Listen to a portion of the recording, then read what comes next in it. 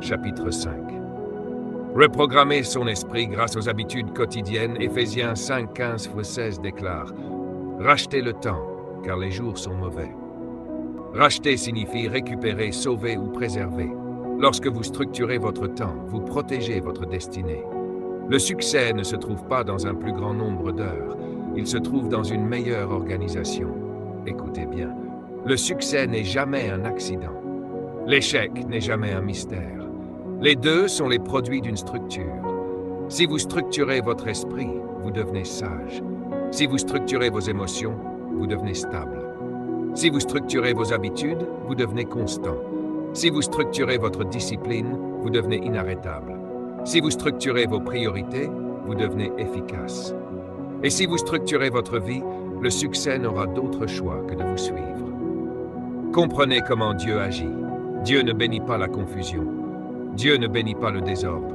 Dieu ne bénit pas la paresse. Dieu ne bénit pas l'inconstance. Dieu bénit l'alignement. Et dès que votre vie s'aligne sur son dessein, tout change.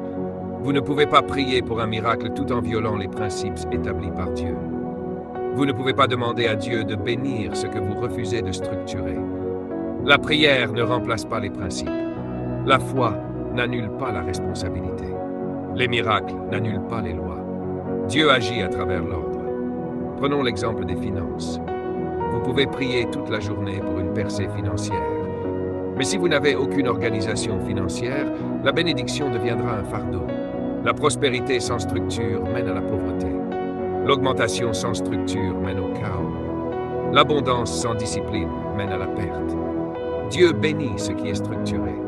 Jésus a nourri 5000 personnes, mais il que la croissance exige une structure. Si Jésus avait besoin d'organisation pour nourrir les foules, combien plus avez-vous besoin d'organisation pour gérer votre destinée? La structure est divine. La structure est spirituelle. La structure est nécessaire. Parlons maintenant de votre environnement. Votre environnement détermine vos résultats. Une graine peut être pleine de potentiel et pourtant mourir dans un mauvais environnement. Vous ne pouvez pas grandir dans un climat qui contredit votre but. Vous ne pouvez pas prospérer là où vous n'êtes pas valorisé. Vous ne pouvez pas réussir là où vous n'êtes pas poussé à progresser. Vous ne pouvez pas porter du fruit dans un environnement qui détruit votre discipline.